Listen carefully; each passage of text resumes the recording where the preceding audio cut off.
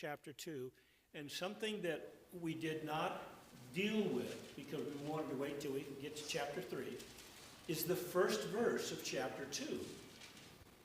After Habakkuk had made his appeal to God that you're too pure, you're too holy to see this, Habakkuk still had enough wisdom and sense and experience, etc., to know that he was way off base.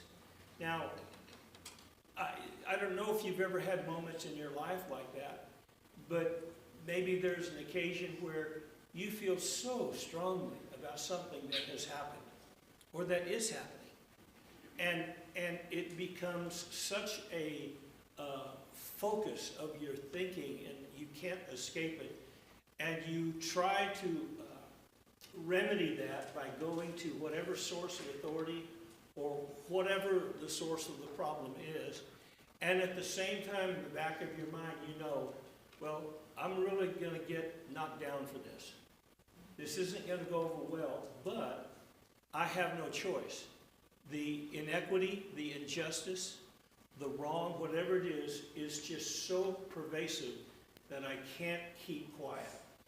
Now, there are variations of that, but we've all probably been in a situation like that, or we may be in the future where we just can't keep silent.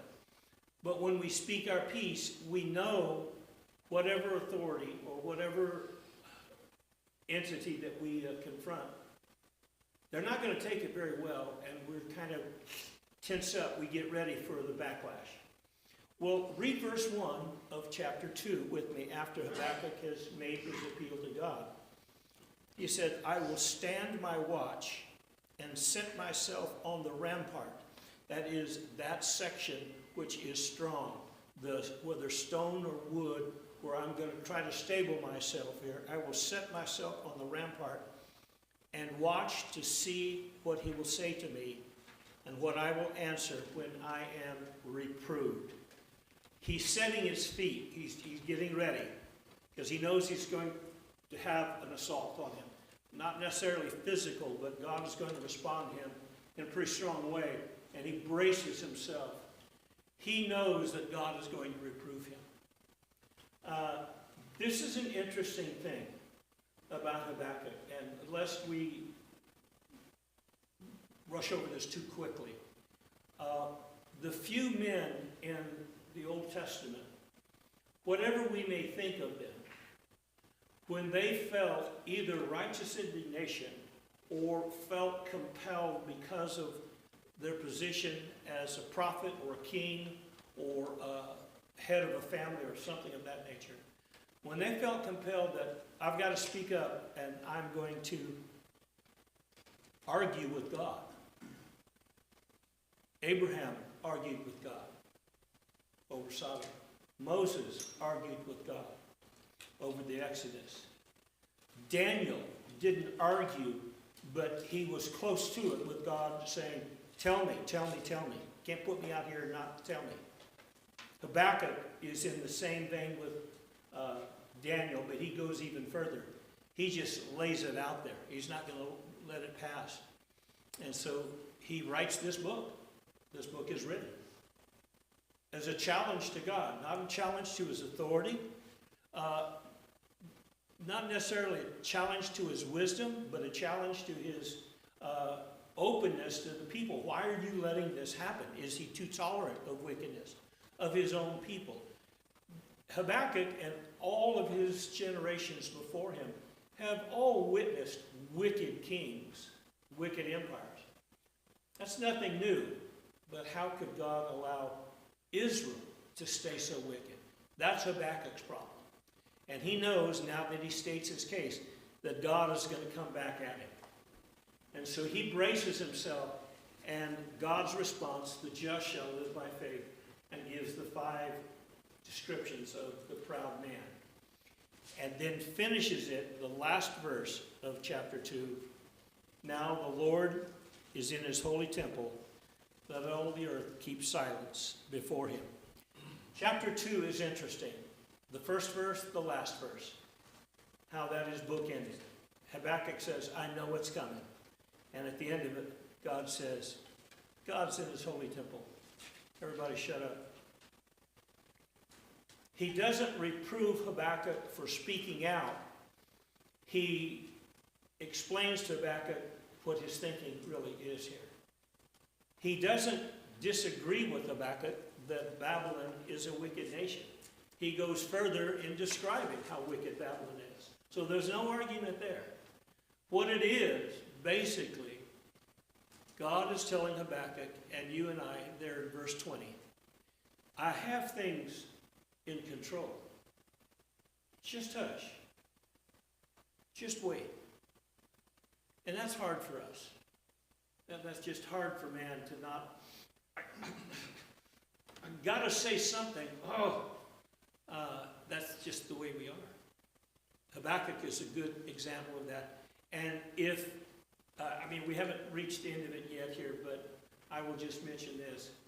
If you ever read I don't know how many people read newspapers anymore, but if you read online or watch some kind of news information network and you become aggravated and angry, frustrated at what leaders are doing here and abroad, and you just find yourself yelling at your computer screen or yelling at the TV screen. We've all done that. Whenever we get to that point, for me, it's been helpful to come back and read Habakkuk, because Habakkuk is in the same situation many, many times that. And he's going to show us what to do. And that's really going to be the real lesson here, Habakkuk. Okay, any question or comment before we move into the final phase here, chapter 3? Had the discussion, had the illustration of the proud. God says, everybody hush, I'm in control, I know what I'm doing. It's like everyone's a backseat driver. Turn here, turn there, do this, do that. And, the Lord basically is turning around and telling everyone, to hush. I'm driving this bus. Can you imagine being a school bus driver? Boy, would that be tough. Okay, that's what our Lord's doing. He's driving the bus with his children, and they're all young. Verse 1, chapter 3, a prayer of Habakkuk, the prophet, on Shigionoth. What on earth is that?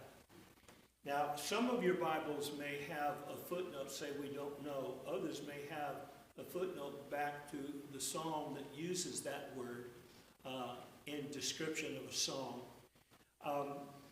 It is likely, no, there's no unanimous decision on this, but it's generally understood that what that word is saying is that it is describing a very emotional, passionate, reeling song. We hear songs, and some are very sweet lullabies, some are ballads, some are the blues crying about a lost love, others are songs of appeals making to people, maybe to a family member, maybe to a spouse, and they're charged with emotion. I think that's what we have here, is that this prayer that Habakkuk is going to pray here, that it's not a casual, just an explanation of how I feel. It is a very passionate, emotion-packed, reeling, hard-hitting prayer that is from deep, deep within Habakkuk's spirit. And this is what he says. O Lord, I have heard your speech and was afraid. He knew it was going to happen. O Lord, receive your work in the midst of the years. In the midst of the years, make it known. In wrath, remember mercy. He's saying basically, Lord, we know what your plan is. Make it known. Make it known. Make it known in the years. I want to see this, but as your wrath is being poured out, be merciful. It's as if Habakkuk is right there in the front row with the destruction of Babylon. And he doesn't want God's anger and wrath to spill out over on him, because he's the one who may have overstepped his bounds by speaking out telling God you need to do this. I'm not sure about that last part. That's the impression I get from that. But he's saying, please remember your mercy. God came from Teman, from the Holy One, from Mount Paran. That's from Deuteronomy 33. His glory covered the heavens, and the earth was full of his praise. His brightness was like the light. He had rays flashing from his hand, and there his power was hidden.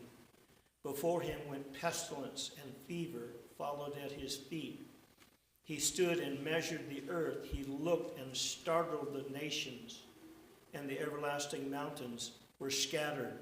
The perpetual hills bowed. His ways are everlasting.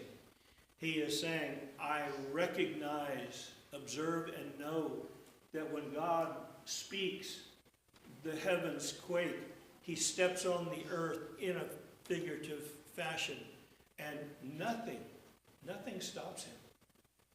His will is going to be done, whether people accept it or not. There used to be a bumper sticker 40 years ago. Some of you may have seen it for a while. It said, God said it, I believe it, that settles it. It was three lines. And I had a friend that took that last line off, cut it off. And it just simply said, God said it, I believe it. He said, actually, I could cut that last one off. God said it, that's it. Whether I believe it or not is irrelevant. Whether that settles the question with you or others is irrelevant. God said it, that's it. End of discussion. How many new recruits argued with their drill sergeants in the Marines? The sergeant said it, that's law. You do it. Learning about authority.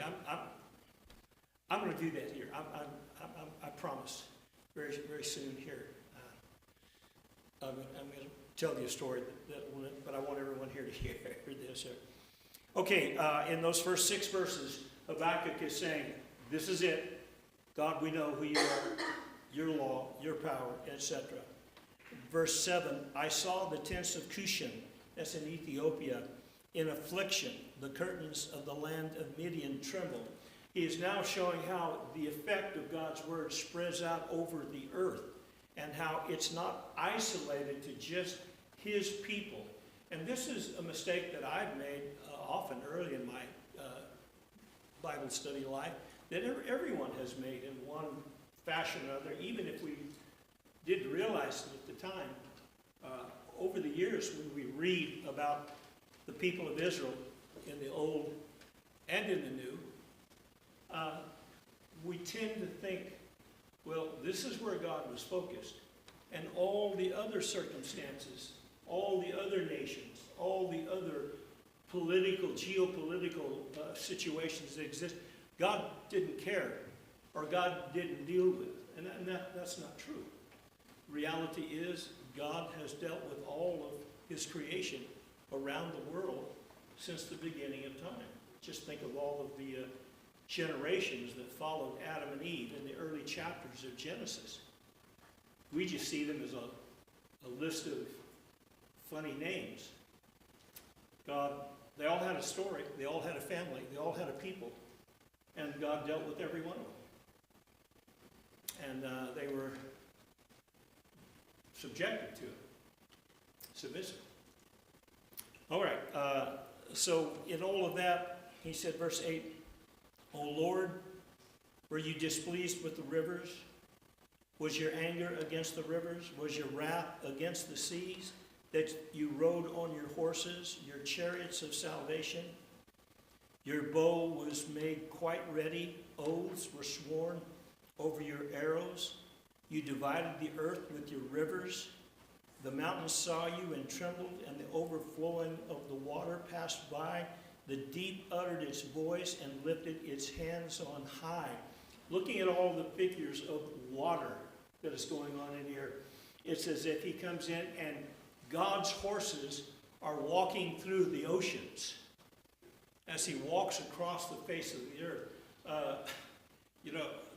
those who ride horses or who would even drive off-road vehicles of some kind, water crossings can be pretty tough. They can be pretty treacherous. And certainly to cross an ocean, what people had to do to prepare themselves, and oftentimes would fail. Habakkuk said, I know you.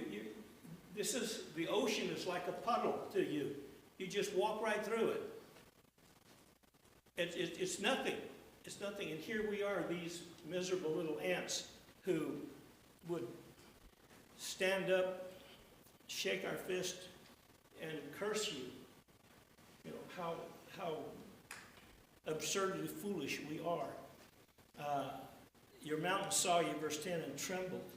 The mountains have better sense than we do. The overflowing of the water passed by. The deep uttered its voice and lifted its hands on high. That might be a metaphor of the storms of the ocean, as God would command the seas to rise and to fall. And how, when our Lord not only walked on the waters, but of course He calmed the storm. The waters are at the beck and call of God. And that's what Habakkuk is saying here. This is just, no one can stop it. We worry about fire, but how we have learned in this state, of course, the way you fight fire is you cut fire roads. You take out the fuel, and when it hits that, then the fire stops, and there's nothing to burn. So if you wanted to argue or discuss, let's put it that way, argue is too strong a word, what is the most destructive? Fire can be controlled to a certain extent. That's what firefighters learn about, the whole process of wind and humidity, etc., and cutting the lines, taking away fuel, etc. What do you do when there's a flood? How do you stop the waters? When there is a tsunami from the ocean that hits the shore, what do? You run. You certainly don't stand in its way. The wind and the water goes where it wants to, and nothing can stop it. That's why the mountains tremble. Now we switch to verse 11. The sun and moon stood still in their habitation. When God speaks, everything freezes. It stops. The sun and the moon stand still in their habitation. At the light of your arrows they went, at the shining of your glittering spear. What word pictures there are here is that his arrows and his spear are brighter than the sun and the stars. The lights of heaven are lights that he has put there, and they all take a back seat to. They all move back from his glittering spear, from the shining of his arrows, the light of his arrows. They just stood still. This is what took over the sky. The brightness of the sun. I mentioned a few weeks ago about our bodies not being able to withstand the presence of God. We all know that whenever there's an eclipse, everybody says, don't stare straight into the sun. You can be blind. We all know that, etc., etc. There's going to be a brightness greater than the sun. How can we endure it? We'll be given eyes that can see it without being destroyed. We'll be given that eternal body that will be able to survive, withstand, and then thrive in the presence of this great heat, this great light, this great power. And Habakkuk is learning all of this. And this is what is in his prayer. And that's why this prayer is likely, as it is described, it's passionate, it's reeling, it's just one after another after another. This is just such a, using it again, such a passionate plea to God, knowing how awesome he is and what he can do when he just said, let all the earth keep silent. They are silent, all the earth is. The moon and the stars, the sun and the moon stop. They stand still. Verse 13, You march through the land in indignation. You trample the nations in anger. He's marching right through and stomping everything because of who he is. You sent forth the salvation of your people. You went forth for the salvation of your people. For salvation was with your anointed. You struck the head from the house of the wicked by laying bare from foundation to neck. What on earth is this talking about here? To the nations of mankind, God would come and expose them for what they are. The Egyptians, the Assyrians, the Babylonians, later the Persians, the Medes, the Greeks, and finally the Romans. God would lay bare, and they would see the corruption, the rot, and the inequity of their own foolish pride, and the impotence of their armies that had frightened nations for centuries. God is the one who will lay it bare. He'll open it all up, and everyone will see. We sometimes are in circumstances where we see or hear evil, and we wish somebody could stand up and expose this for what it is. But no one that we know can or will. For personal defense, protection, whatever, politicians just keep on doing the same thing over and over and over again. Kings rise and they frighten others.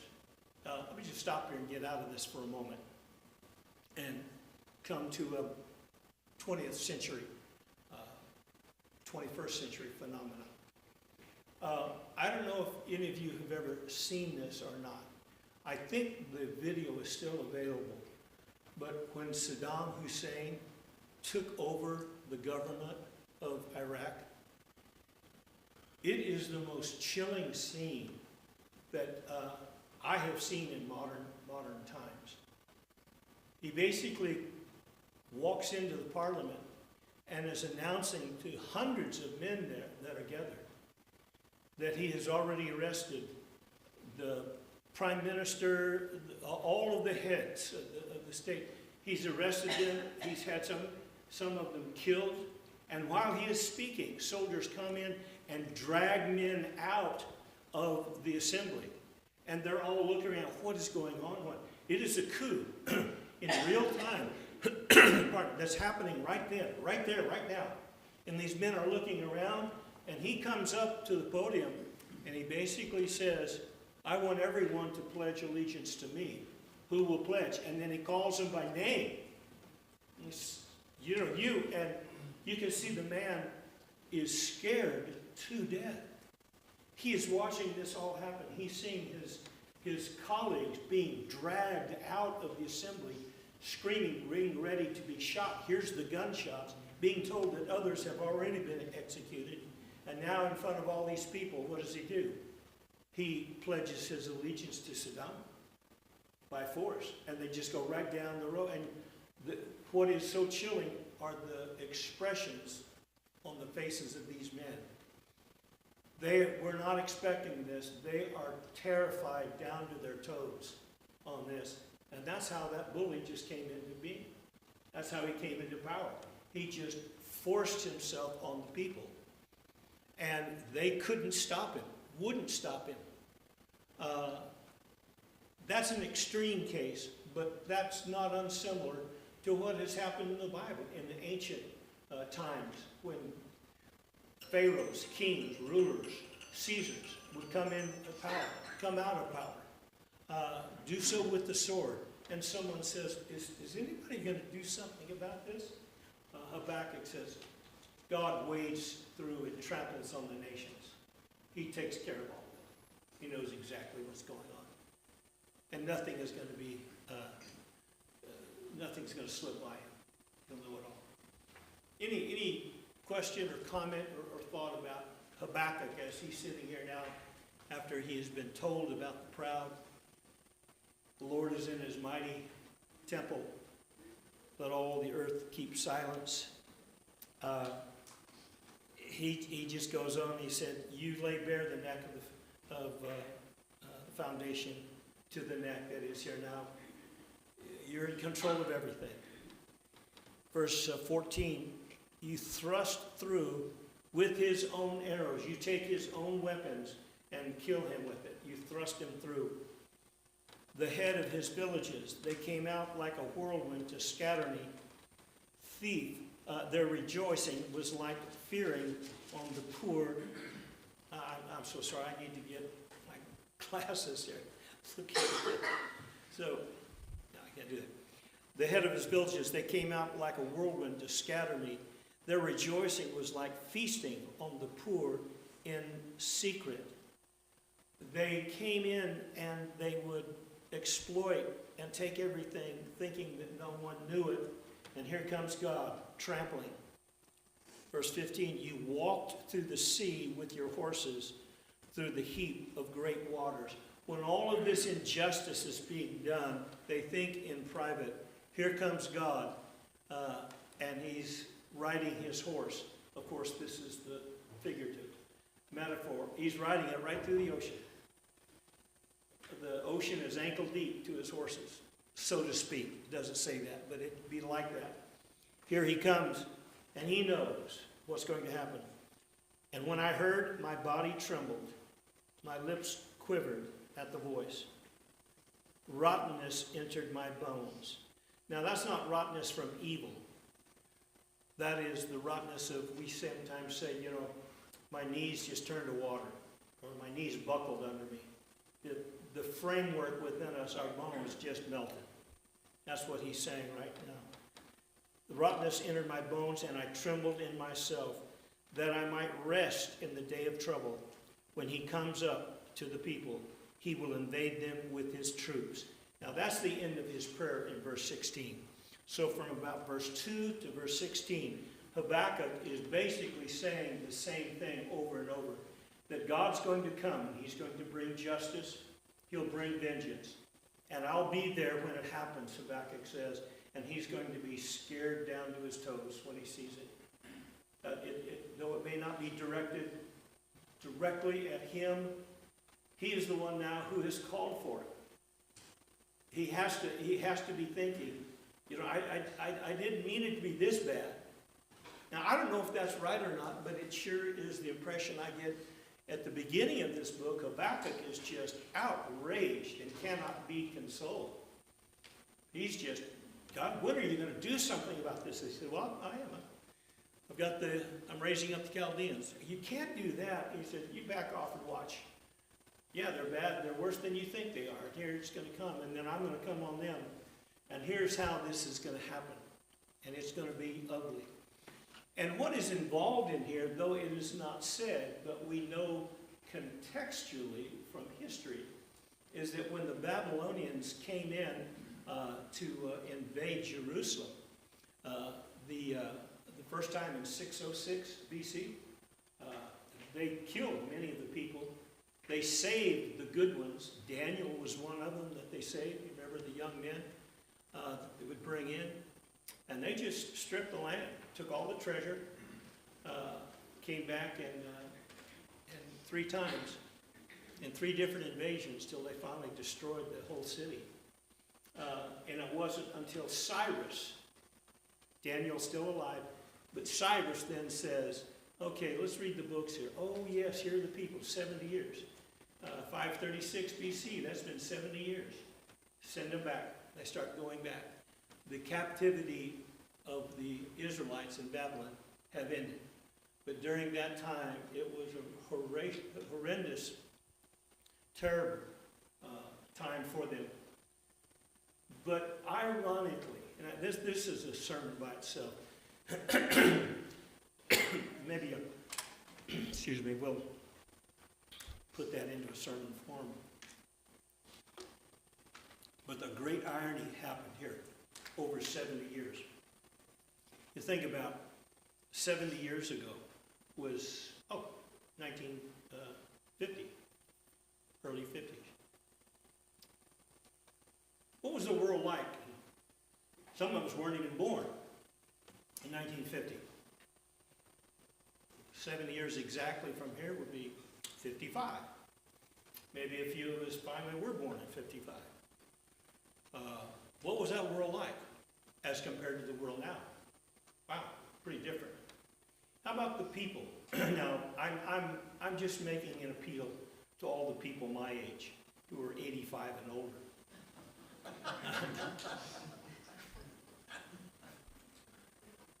Okay, 75 and older. That includes a few more. Of those people who were faithful Christians, who were very dedicated in their worship and in their service to the Lord, one of two things happened to them. One, either they continued faithfully until they died, and then their children continued their faith, or they continued their faith, but they had some problems here and there, and their children didn't have the same faith. They weren't able to pass on their faith to their children. Their children went the way of the world in the 60s and the 70s, and in the 80s, and now, and Grandma and Grandpa are gone, and now in the 21st century, it's a whole different world than it was post-World War II. And so now how much has changed there? They don't care that much. You think, well, Kenny, what on earth does that have to do with Babylon? If Israel is captured in 606, and they are taken, those who still are alive, are taken to Babylon. They are taken to a land that was very rich, was very advanced, had every advantage that they would want. The Babylonian culture and society was very advanced in all manners of sciences and disciplines of science.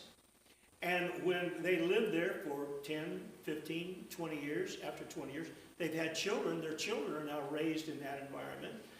And they live another 20 years, that's 40. And then maybe they have children, and then by the third generation, all they hear about occasionally is, the old land, back at the homeland, back in Jerusalem, that's gone. But all they know is just the Babylonian. They went to Babylonian Tech, and they got their degree in all the sciences of the stars and astrologers and hydraulics and all of those things that they had there. And they don't have any connection back to the temple. The temple's gone. And so that when the time does come, and in the book of Daniel, when Cyrus now reads the record, calls Daniel in and says, you need to go back to your land. And he gives him not only the permission, but he gives him the funds to go back and rebuild the temple. Nehemiah goes back and rebuilds the wall. Haggai and Zephaniah helped rebuild the temple. And they're all putting this together. But who goes back? A remnant, just a few. The majority of those people that went into Babylonian captivity would gladly have returned the next day to Jerusalem. But let 70 years pass, they're not that interested. And so there's just a few people that return back. And so how we look at this is that God is saying to Habakkuk, this is terrible, this is terrible.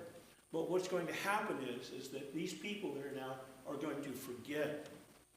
And it's Habakkuk who is going to remind them that God has this in his plan. It was always in his plan. And that now the call will come through the other prophets to now come back to Jerusalem and to rebuild and to once again be God's people. And so in looking at this, in Habakkuk's prayer, he's in the immediacy of God's wrath. It's like, well, maybe I asked too much. Maybe I overextended my place. Maybe this wasn't such a good idea. Maybe I should have just let God just do his own thing and let me just shut up and stay back here and just watch. But I've been out on the forefront calling for this, and now it's happening. And so there is a sense, I can't help but feel that there's a sense that Habakkuk is thinking, this may be my fault. Well, it's not all of his fault, but he has certainly called for it. And I'm sure Habakkuk would not be alone among the faithful shake their head and sigh a sigh of pain to think about how wicked their people have become. This was just too much. It was just too much for them. But now God says, well, don't worry. We'll take care of it. And then it happens. And so that's how this is developing here. Warren? I just wonder, in the beginning, maybe Habakkuk was hoping there'd be another Jonah that would come and start some grassroots movement peacefully from the bottom up and Right. make this peaceful movement. But I mean, early on, we know God said that's not Right. really the case. Yeah. But then, I'm sure he continued. I heard about how God had changed his mind earlier in biblical history. Maybe he would change his mind again. We continue to see that, no, he's not changing his mind. Yeah. He said, I'm having the Chaldeans coming. Yeah. Take over. No doubt Habakkuk, he was certainly very conversant with the story of Jonah. All of them were.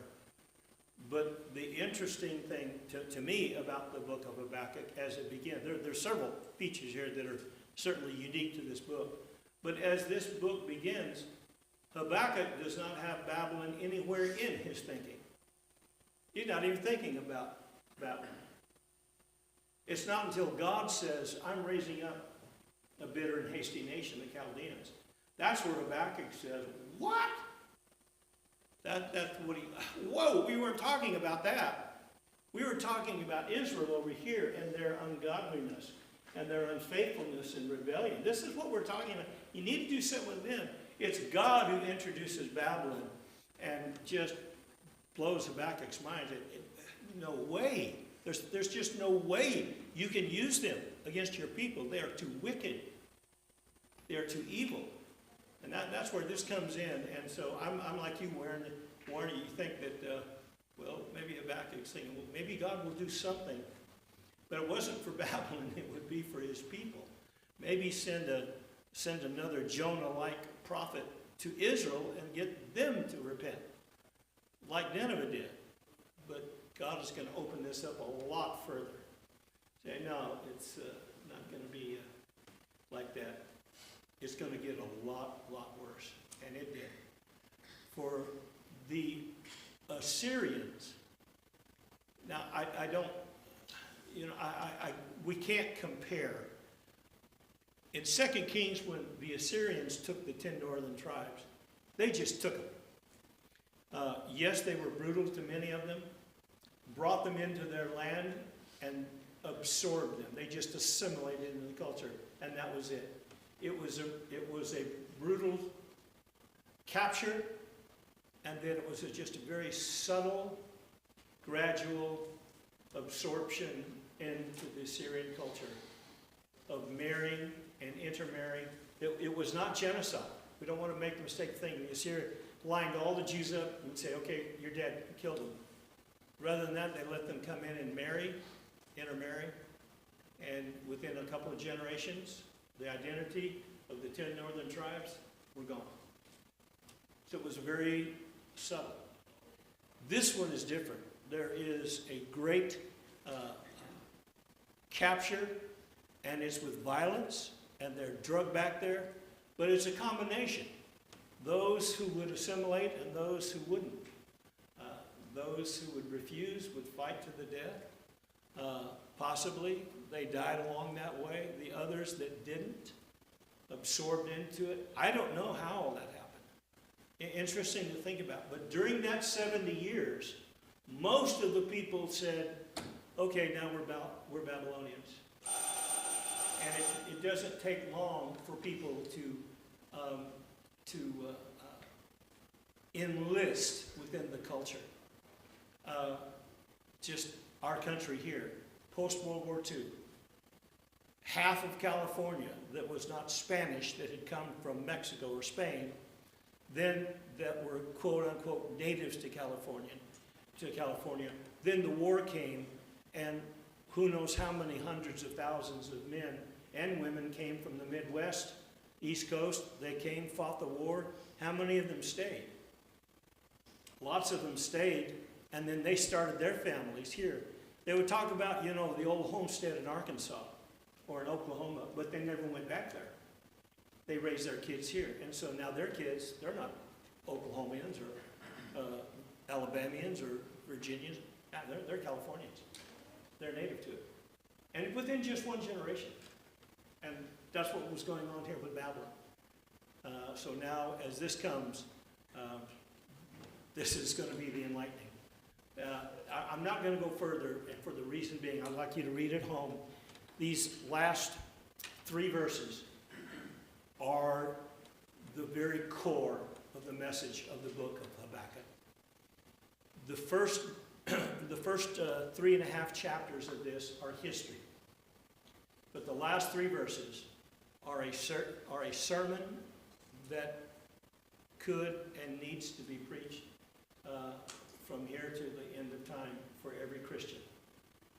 The past is an interesting study, but these last 3 verses are speaking to you and to me directly right now. There's the sermon. And we'll cover that Wednesday night when we start. Any other question or comment? Because I want to focus on that and spend all of our time on these last 3 verses. All right, well then we'll quit there and pick up there, Lord willing, Wednesday night. We don't have singing, do we? We have classic. And stay out the stairs. That's why I had someone bring me the microphone. Amen.